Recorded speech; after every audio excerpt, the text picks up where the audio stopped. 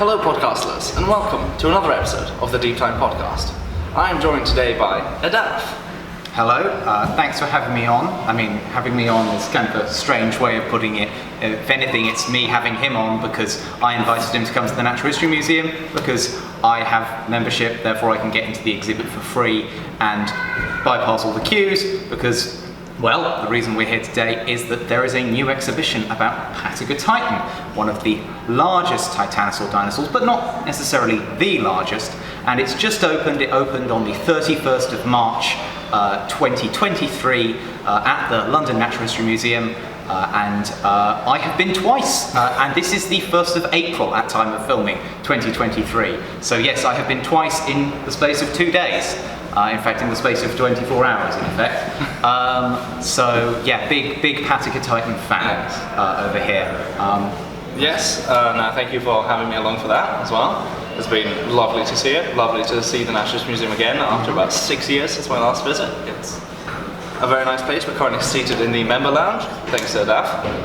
And so we've just done our little tour of the exhibit, and so first impressions? First impressions of Patagotitan? Well, not entirely. Second impressions, in my case. It's very impressive. It's a very, very big dinosaur. I think it is genuinely one of the best dinosaur exhibits, in my opinion, in terms of getting a sense of scale of the size of the animal.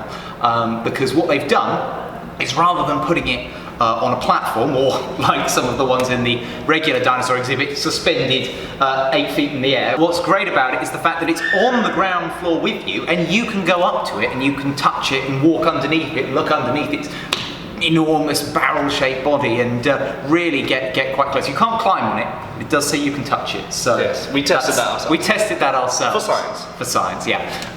Don't mind if I do. So yeah, it's a really impressive dinosaur in a way that not many dinosaur. I know it sounds bad, but I wouldn't say there are many dinosaur exhibits that are quite as impressive as just having that enormous dinosaur there. Yes, although I would also like to add and to supplement that the structure of the exhibit really lends itself to that, because you have the preamble as you're getting up to seeing the specimen has all these different aspects I think we'll get into shortly that really just build up to it, foreshadow the sheer size of what you're about to see when you turn that corner and see it there.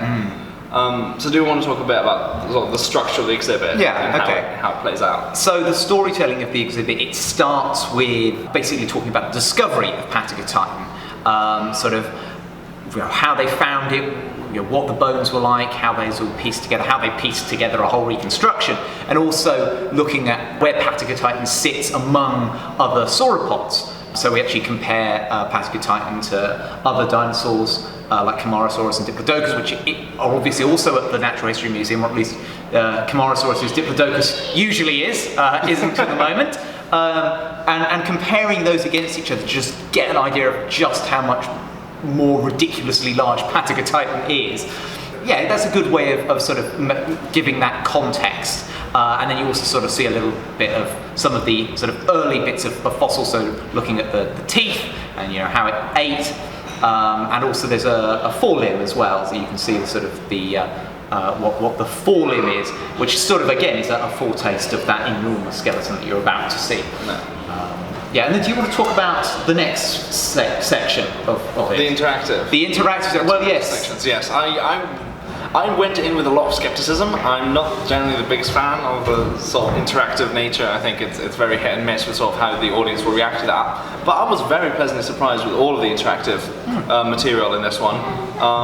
There's some with the Titanosaur itself, but there's also ones in the build-up.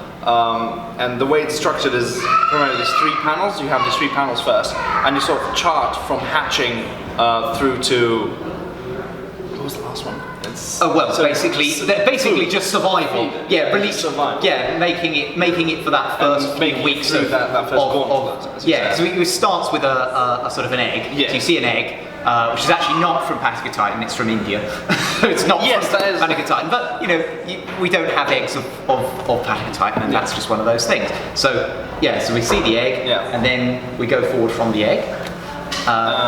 We hatch the eggs. Yes, you hatch the eggs. That was a very fun egg smashing interactive section. Welcome to Jack Horner Simulator.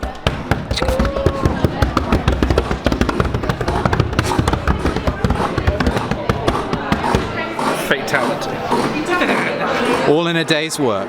And then moving on, you have to survive your first trial, which is Predators. You know, it's very sort of action grabby, but you need that to get the engagement up. And there's a fairly nice roster. We got when we tried it, Thalassodrameus, which was really nice to see. I've not seen that taxon be depicted nearly as much as it should be. And it's a flying guillotine. Yes. So weirdly, it didn't eat any of the sauropods. Yes, we were It kind of should have landed and got proper Archdarkid style stuff. But. Sadly, everyone was just far too good at the game, and it didn't eat anyone. And then there was another segment with Mists, which a bit less high stakes, but then it was trying to find food. Yeah, then they all died. But yes, they all quite died. A few of them died. It goes they from no stakes to everyone died. Yeah, which is rather interesting. So that one's rather grim. And this is for children, by the way. Yes. This is an exhibition that is, broadly speaking, sort of child and sort there's of oriented. Quite a lot of that. Quite a lot of eating. And well, Titanosaur's not making it, which I suppose is that curse of herbivorous dinosaurs never really getting their way. Although there's some nice stuff in the final section. Yeah. And then it just keep going along. There's a volcanic eruption that somehow one of them managed to walk past the volcanic eruption. Yes, I noticed. I think that the people afterwards caused a forest fire with lightning, and it killed half the herd, but the other half managed to make it through. So I think it's just going to show that they're really much more hardy. I think the game is designed very much to not kill every. I would be interested to go back, try really hard to annihilate every single hatchling. I think if you didn't get them to hide, if you got as many rid of as many of them early on. Yeah. But if you didn't hatch them, I suppose, then maybe you wouldn't have anything to play with. It would just be it. It's just like didn't hatch them, gets eaten, done. We didn't get the opportunity to experiment so much with it because, of course, it's quite busy at the moment. It's the second day of it being open, so we just sort of got to have a look. I obviously had a look yesterday evening as well. So I've seen, and then the last activity is you're supposed to cross a river.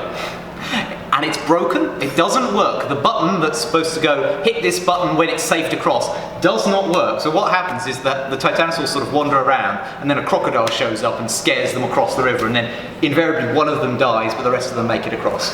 But that's how it is. That's a moral, it's the illusion of choice. Yeah, but then once you've got those across, then it's like, okay, well, how do they grow? Yes. And that's when we get to see just the first idea of how big they are after, obviously we've seen some bones, but then we've got the scales, which is actually a bit like, there's a bit in the Mammal Hall, which, you haven't seen. I have not seen it. In the Mammal Hall where you basically stand on a plinth and it says how many of you are there in a muskox or a blue whale or an elephant or something. And it kind of does the same thing, but it's how many of you are in a Patagotitan. But it also, what's interesting, which I would say is better than the one at the Mammal Hall, is that it actually encourages you to get lots of people on the plinth. Yes. Rather than just one person standing there. If you actually get lots of people getting on the plinth, sort of how many of those can weigh up to a Patagotitan, which obviously is still a fraction of what's interesting is that they combine that also with ontogeny, because it's not so much as how many of you fit in a Patagotitan, but it's taking your mass together. How old of a Patagotitan would you be? And even then, you'd still just be a fraction of I think we came to a quarter of a 1-year-old Patagotitan. Something like that. So it shows you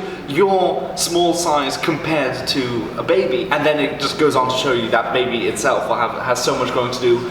But also because of the years, you get to see how rapidly it does it. So it's a very simple way to combine so much information, and I really, really like it for that. Yeah. And on that note, I want to also talk about the animations that have been present throughout, and the visual style is really well done. I think people have been discussing recently about alternative ways to do art in paleomedia. I know there's discussions obviously following certain documentaries that have come out recently. About alternative methods. I know 2D art comes up a lot, but this one's a really interesting blend between 3D and more innocent childlike scribbling. Definitely looks like a child's drawing. Yeah. Some of that's an insult, but for the most part, it's a compliment. Looking like a child's drawing. It lends itself to a really nice atmosphere, and so puts you all in sort of the same level just by watching it together. I really liked the visual look. Acheroraptor is going to see the Patagotitan for the first time in his entire life. We are going to film his reaction. Okay. Anyways, I don't think it's so exciting. Is that cool? You don't think it's very big? You don't think it's very cool? He's right behind you. Live Acheroraptor reaction. Move that way a little bit and do a big roar. Welcome to Cretaceous Park. Yeah, when we get into the bit with the Patagotitan itself, yeah, I mean, you get that moment of, oh, that is an enormous animal. And it really is sort of one of these things that you just walk underneath, you walk around, and and as I said earlier, you can get under just about every sort of part of it. And it just is so impressively large. It's the fact that its whole body, its torso, its shoulders, they're all really up in the air. You look at Diplodocus, you look at Dippy, you look at his shoulder and you're like, well, that's okay, that's bigger than me, but you know, it's sort of, you know, only a little bit sort of above. Whereas with the Patagotitan, it's just like, you know, you could live inside of that animal. Oh, yeah. It's like, it's just ridiculously big. That's just really impressive. And I think a lot of the time that you spend in this exhibit is just wandering around that dinosaur. You know, the interactive bits are fun, but you know, just having that skeleton there is just really impressive. As I said earlier, you can touch it, but you cannot climb on it, and it actually has sensors that go off if anyone tries to climb on it, and a number of people did try to. Yes, but what you could do is if you jump really high, its head is within reach. If you're, what, how tall are you? Like 6 foot? 6'4". 6'4". So if you're 6'4" and you've got springy legs and you give yourself a run up, you can jump and almost touch its head. All right, it's limbering up. Ready? Yeah, wait, go, go, go. I think I could have done that. Yeah, but you shouldn't have done. I didn't. We did also see a couple, someone clambered on someone else's shoulders and actually held onto its jaw, which I was a little bit slightly concerned. Okay, that would be the first time a Titanosaur killed something in 66 million years by crushing. On which note, when we looked at the skull, because they have a skull separate from, you've got the big skull up there, but you've also got a skull on the ground, which is actually reconstructed from Sarmientosaurus, because we don't actually have a skull of Patagotitan. But you look at that skull and you're like, that could maul you pretty badly, that could take your arm off. These are animals that are chewing through, well, not chewing because they couldn't chew, but stripping through branches. That would have damaged you, and that's, you know, a herbivorous animal. We talk about harmless herbivores, but they're not harmless. This animal, even with its jaws, because it's just so big that its supposedly tiny head is, you know, massive. It's twice as big as that of Diplodocus at least. You know, it's just really impressive. So let's move down the body. So we look at the head. Now the neck, I think that's maybe the one point that is kind of well, I have issues. I have issues with the neck, and also I think the stance of the forelimbs just generally, because the forelimbs you'll notice are more sprawled than the hind limbs, and I think that belies one of the problems, which I get is an issue afforded probably by space, and also just the sort of mechanics. It's probably easier from an engineering point of view to keep it more horizontal and more just balanced that way. But it's not in the sort of real life, you know, regular pose. They try to incorporate it into a narrative as it's sort of leaning down, looking at you as you enter, which is a nice touch. But there is space they could experiment with, and by having it horizontal, you're not seeing it at its full height. And I thought that was a big missed opportunity, because the thing about Titanosaurs is they are massive in every dimension. They're one of the only sauropods that actually do this. You know, your Diplodocoids, you have length. Your Brachiosaurus is incredibly tall. Your Mamenchisaurus as well. But Titanosaurs are robust in every way, and I think it's a missed opportunity to not utilize the space to its fullest, have it rear up as much as it can, and just, you know, bending its head down under the roof if you do need and have issues with fitting it in. But I think they could have been more creative and really pushed the limits in that regard, because you're seeing it, and if you know what it actually would have looked like, there is a little bit of missed potential there in that regard.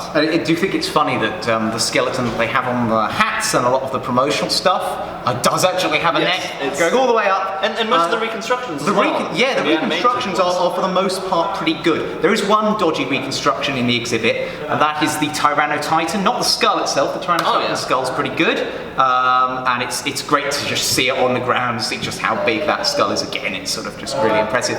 What's not so impressive is the reconstruction of Titanotitan that they have, which is similarly this sort of animated sketch sort of thing, and it does not look like a Titanotitan. In fact, it kind of looks to me a bit like the Arc T-Rex, with its sort of pointy horns and its bunny hands. Yes. It looks a little bit like the Arc T-Rex, which is kind of funny given we've already had Frinosaurs stealing Arc models. It would be very amusing if this also is.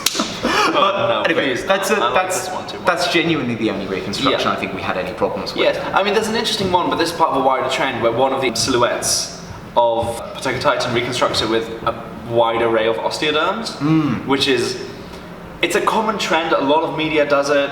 I don't think it's going away anytime soon, sadly. But it's a lot of studies have shown recently that when we find osteoderms, it's in much lower concentrations, and often we're thinking paired rows. They have actually distinct and unique shapes. They probably have functional reasoning as calcium deposits rather than anything defensive for both starvation, egg-laying, just going through leaner months as reserves. They're really complex things, and they're not just sort of slapped across the body. So, I think that's also the only reconstruction which scientifically is lacking a little bit. Even if design-wise, aesthetically, it's all good. I think that's the only one that I was like, okay. Other than that, I think the Patagotitan itself is executed brilliantly.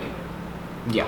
In all of its reconstructions, and the science behind it as well is pretty solid. There's a few more interactive stuff. Yeah, a few more interactive things. So one of probably our favourite interactive one was the Patagotitan Versus game, where you get to it's a two-person game. Two-person game. So nice. I played as Patagotitan. Acheroraptor played as the Predators, and so we had a number of different Predators.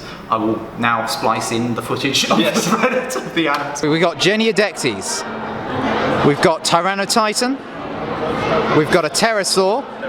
A Pterodostro, a Buetiraptor. We've got a snake.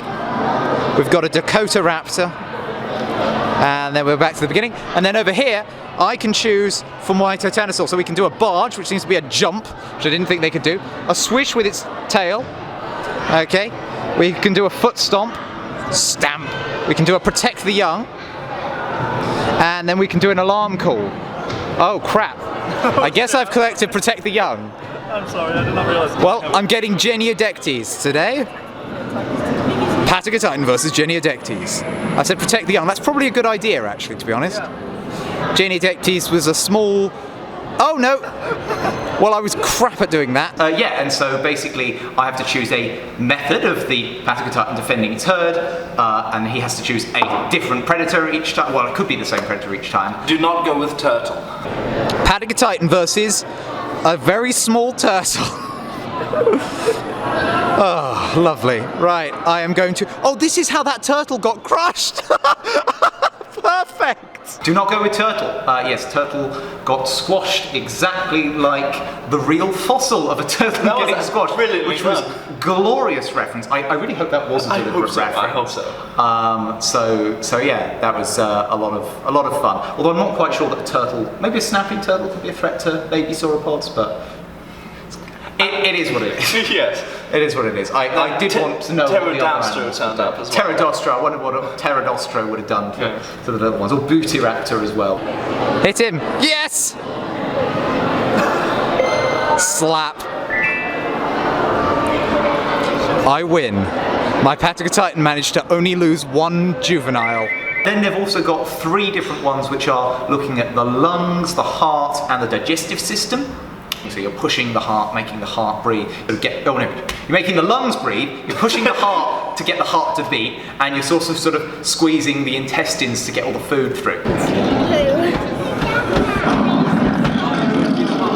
Very pleasant. What I almost wish they'd done is they combined the 3 of them together so everyone had to do them simultaneously to keep the animal working. I think they're all independent of each other, but it works well for the children. And then there was another one which was about getting a Patagotitan on its feet.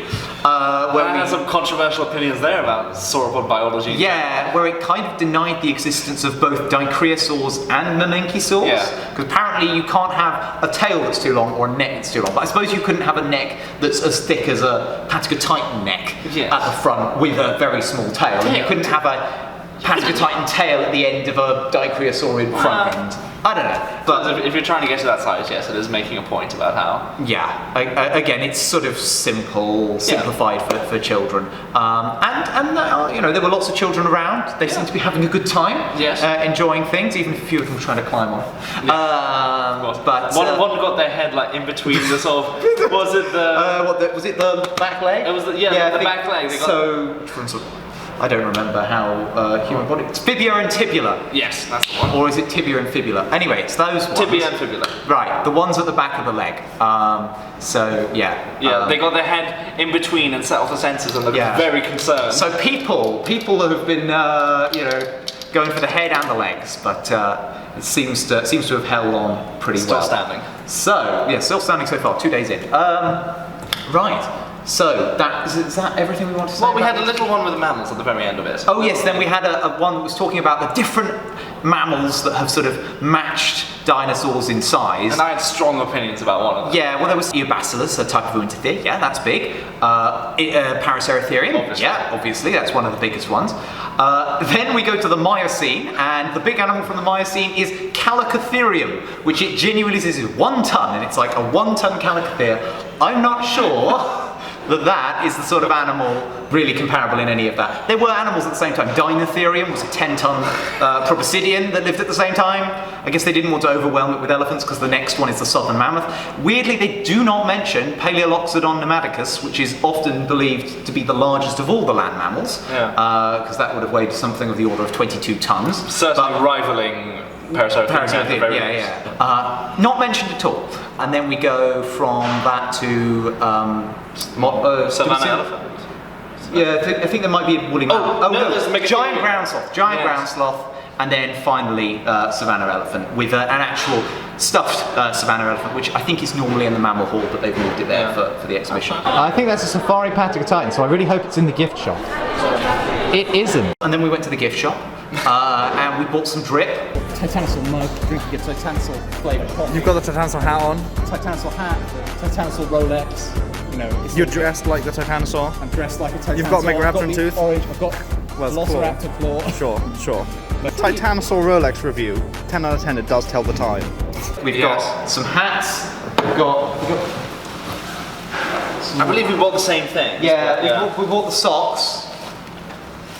And I have the keychain. We've got the keychain. Yeah. I also bought a cloth badge, which is exactly the same one as on the hat. So having seen the Titanosaur exhibit, and now at the gift shop, naturally.